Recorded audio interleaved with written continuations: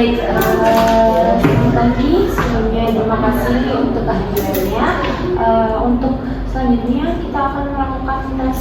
Jadi saya akan memberikan beberapa contoh kasus di mana ini berhubungan dengan perusahaan kita dan survei ini diminta untuk mempelajarinya. Saya akan memberikan beberapa waktu 5-10 menit untuk mempelajarinya. Setelah itu, tolong juga mempresentasikan apa yang sudah pahami dan pelajari dari contoh kasus tersebut. Apakah sudah siap? Siap. Baik, ini Mbak Sudah bisa membaca terlebih dahulu ya.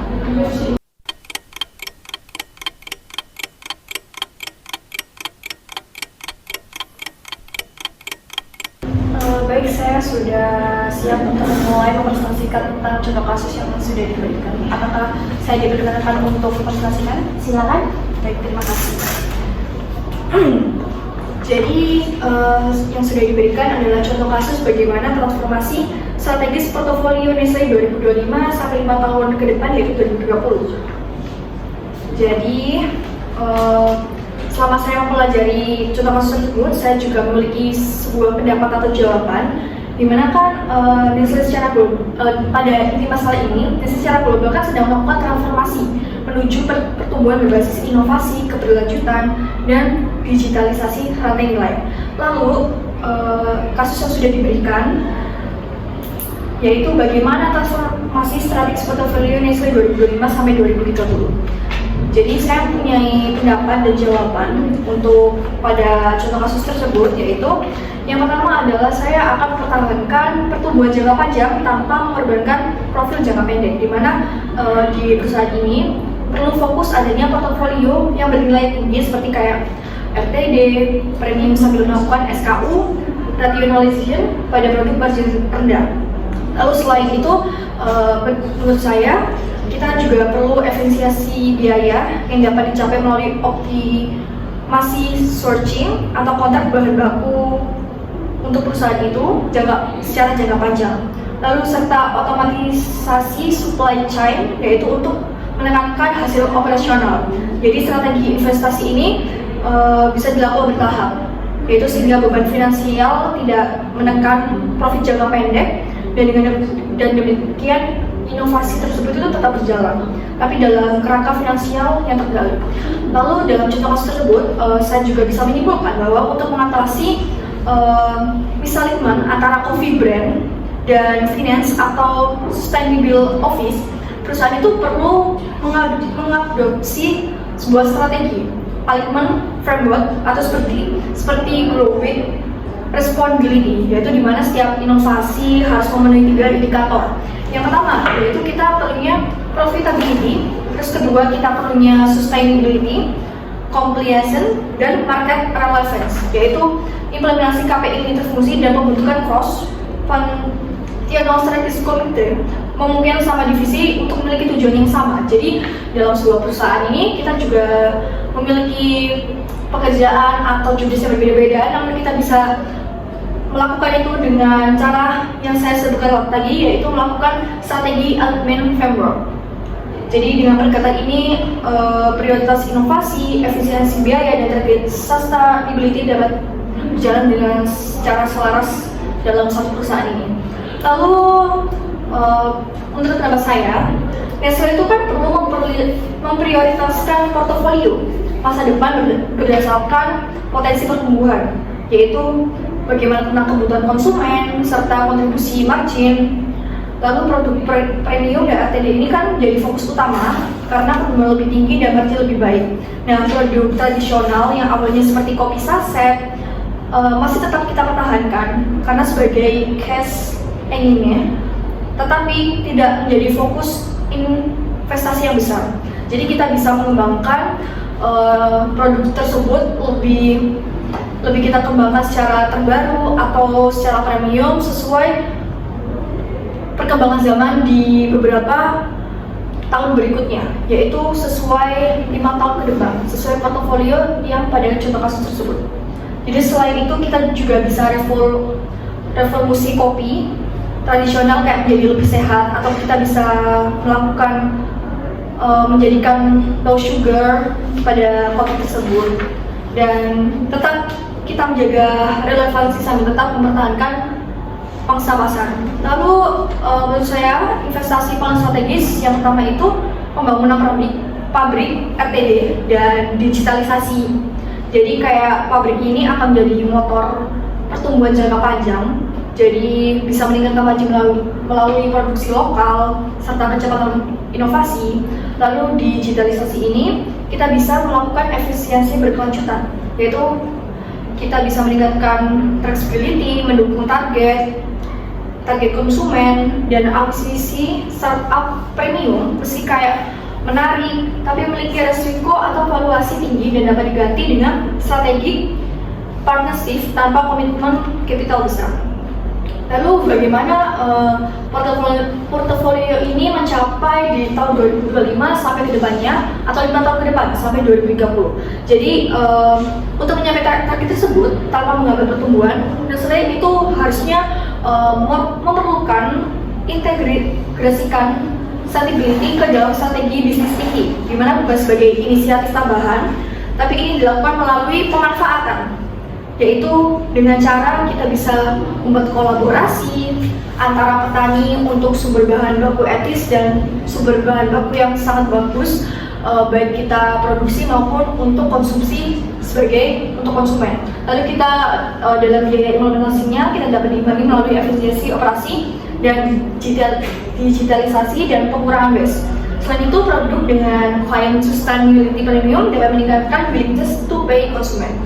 Lalu bagaimana untuk menyesuaikan diri dalam preferensi Gen Z pada saat ini maupun maksudnya dari Gen Z dan milenial. Jadi Nestle itu kayak harus mempercepat proses inovasi dengan pendekatan agri innovation cycle, yaitu memperkenalkan produk low sugar atau plant based dan RTD premium. Nah, dengan waktu pengembangan itu jadi lebih singkat. Jadi kerjasama dengan brand lokal atau startup kopi dapat mencapai adaptasi tanpa membangun dari nol. Jadi kita lebih ke improvisasi, yaitu dengan cara mengembangkan produk-produk baru atau varian-varian baru.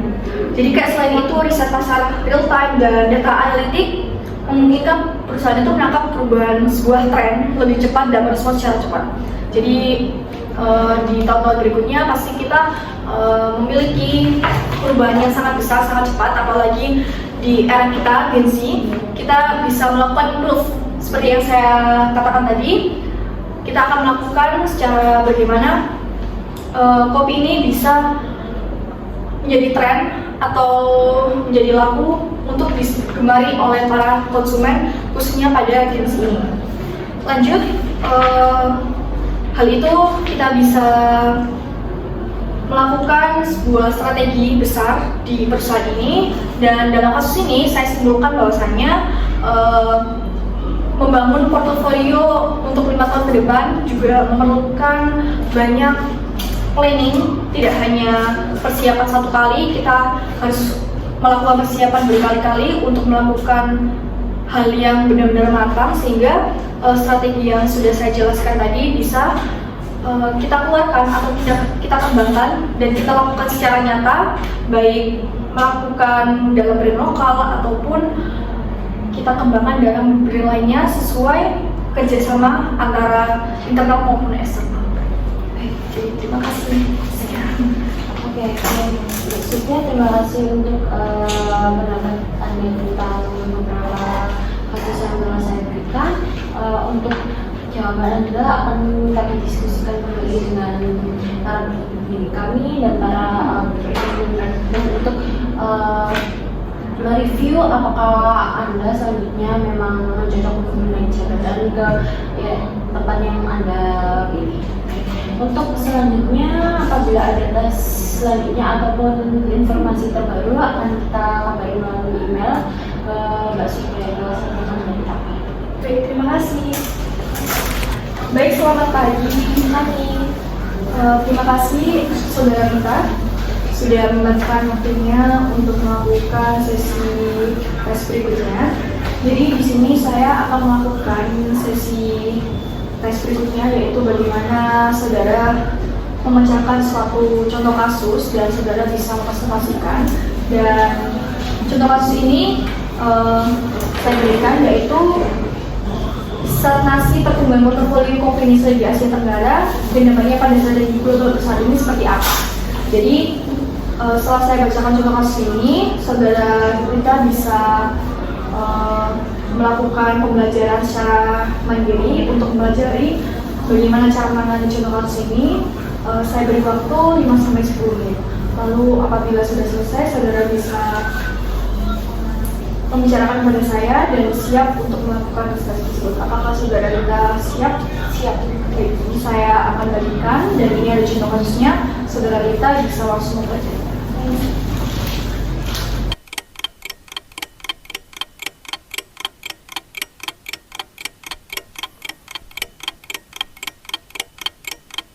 Baik, Mbak Syuka, saya akan menjelas lagi contoh kasus yang telah diberikan kepada saya sendiri.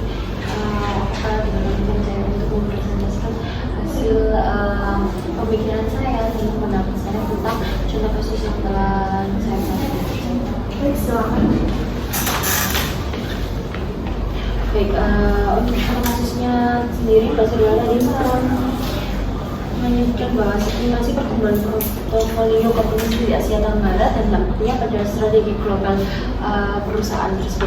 Jadi, yang bisa saya simpulkan dari masalah tersebut dalam 3 tahun terakhir ini, pertumbuhan kopi di Asia Tenggara itu melambat dari 8% menjadi 2%. Sementara pesaing lokal tumbuh lebih cepat dari yang seharusnya, di mana 12-20%. Konsumen pada era global sekarang juga semakin berubah, di mana konsumen utama adalah Gen Z yang beralih ke produk RTD atau ready to drink, cold brew, dan kopi artisan lainnya. Sedangkan inovasi Nestle hanya berjalan secara lambat, distribusi digitalnya tertinggal, dan margin tertekan, dan negara-negara dalam klustер Asia Tenggara tidak selaras dengan strategi. Untuk mengidentifikasi akar masalahnya sendiri, itu menurut saya pertumbuhan portofolio kopi Nestle di Asia Tenggara stagnan karena perubahan preferensi Gen Z tersebut, lambatnya inovasi, penetrasi digital yang rendah, dan eksekusi lintas negara yang tidak selaras. Saya mengusulkan standar menggunakan strategi 12-14 bulan berbasis 3 pilar, yaitu revaluasi produk, akselerasi digital, dan eksekusi regional terpadu, dimana dengan roadmap jangka panjang menuju kepemimpinan di RTD dan kopi premium lokal. Untuk akar masalah sendiri, kan terdapat perubahan konsumen, di mana saat ini Gen Z lebih menyukai kopi, tapi Gen Z itu mulai beralih ke RTD, dan di mana ready to drink secara langsung. Dan ada kopi-kopi artisan yang mungkin sudah dijual-jual di kafe-kafe besar, dan produk-produk yang memiliki rasa, produk flavor, dimana mungkin contohnya seperti macchiato, terus kopi matcha, seperti itu kan merupakan hal yang baru. Terus untuk inovasi yang lambat, di mana R&D regional itu membutuhkan waktu 6-12 bulan untuk menunjukkan produk baru. Sedangkan di digital underperformance-nya, e-commerce itu hanya memberikan 8% dari total penjualan, di mana pesaing lain itu memberikan 15-20%. Sedangkan marginnya itu, saya merasa marginnya yang terlalu tertekan, di mana bahan baku yang mulai menaik, dan promosi untuk promosi digital itu juga sudah lumayan tinggi. Untuk strategi lintas negara yang tidak sinkron sendiri, prioritas tiap negara itu juga masing-masing sudah berbeda, di mana tiap negara itu sudah menunjukkan kopi-kopi khas negara tersebut. Ini seperti dari Vietnam itu. Untuk strategi 12-24 bulan yang telah saya sebutkan tadi, yang dengan berbasis 3 pilar. Yang pertama ada referensi produk. Menurut saya itu revolusi merek utama Nescafe itu harus difokuskan lagi untuk Gen Z. Ada juga menunjukkan portfolio kopi RTD dan produk yang baru dengan gaya baru di Nestle. Sedangkan ada juga kolaborasi dengan kedai kopi lokal untuk inovasi yang cepat, atau dengan kolaborasi dengan influencer baru dan kita bisa berikan dengan untuk selanjutnya di pilar kedua ada akselerasi digital, di mana perluasan distribusi e-commerce itu dari 18% harus kita tingkatkan menjadi 15%. Ada juga kampanye data driven. Mungkin zaman sekarang kan banyak yang AI, kita bisa memanfaatkan kemajuan teknologi digital tersebut dengan kita bekerjasama dan kolaborasi dengan AI. Sedangkan ada juga program loyalitas Gen Z berbasis aplikasi, di mana sekarang kan banyak aplikasi dari aplikasi Kodesop. Apabila kita mendownload aplikasi tersebut, kita akan mendapat poin setiap pembeliannya, dan itu akan memberikan manfaat baru atau memberikan benefit baru yang menurut para konsumen itu sangat bermanfaat. Ada juga di pilar ketiga adalah eksekusi regional terpadu. Menurut saya kita harus menyatukan roadmap inovasi Asia Tenggara, juga model liberation luar room untuk monitoring mingguan, di mana kita akan memberikan seperti checklist mingguan untuk melihat apakah ada kemajuan di setiap minggu. Terus ada juga harmonisasi budget dan KPI per negara, di mana kita juga harus menyesuaikan budget di setiap negara tersebut. Terus untuk roadmap dari 3 sampai 5 tahun ke depan, yang pasti yang utama kita akan harus masuk ke pasar LPG di wilayah Asia Tenggara. Kita harus mengutamakan bagaimana Instagram ini bisa maju untuk versi baru di R2 itu. Terus yang kedua, kita akan membuat portfolio premium lokal berkontribusi lebih dari 25% penjualan kategori tersebut. Ada juga sistem digital terintegrasi, yaitu loyalitas, personalisasi, dan partnership yang berbeda. Untuk yang terakhir, ada juga transportasi organisasi menjadi faster innovation driven team. Untuk resikonya sendiri, pasti semua strategi juga memiliki resiko dan mitigasi. Untuk resiko, menurut saya resiko yang kita akan hadapi adalah cannibalization produk lama. Terus ada juga inovasi energi dan pabrik energi yang tinggi. Terus ada resistensi negara dan marginnya yang mungkin turun. Sedangkan kalau untuk mitigasi yang telah saya tinjau, mungkin kita akan adanya segmentasi yang jelas antara klasik versus non-Gen Z. Terus ada juga kemitraan produk lokal dan manufacturing. Terus ada juga KPI regional dan inisiatif kolaborasi. Dan yang terakhir ada cost optimization dan remunisasi. Sedangkan di dampak finansial itu juga akan ada, di mana rate pertumbuhan kategori ke 6% sampai 8% itu dalam 24 bulan. Terus ada kontribusi consumer yang meningkat mungkin sampai 2 kali lipat. Dan yang terakhir ada margin stabil lewat premiumasi dan efisiensi. Jadi kesimpulan yang bisa saya ambil adalah strategi itu ini mungkin memulihkan pertumbuhan jangka pendek sekaligus memperkuat posisi Nestle sebagai merek leader kopi di Asia Tenggara dalam waktu 3-5 tahun mendatang. Dan untuk sekian pendapat saya tentang contoh kasus yang telah Anda berikan.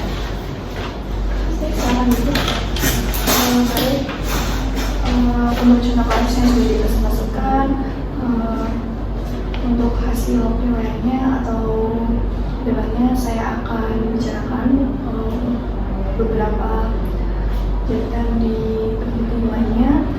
Lalu untuk selanjutnya saya akan mengirimkan email ke saudara kita, jadi silakan dulu, dan terima kasih sudah menyempatkan hadir untuk melakukan sesi pada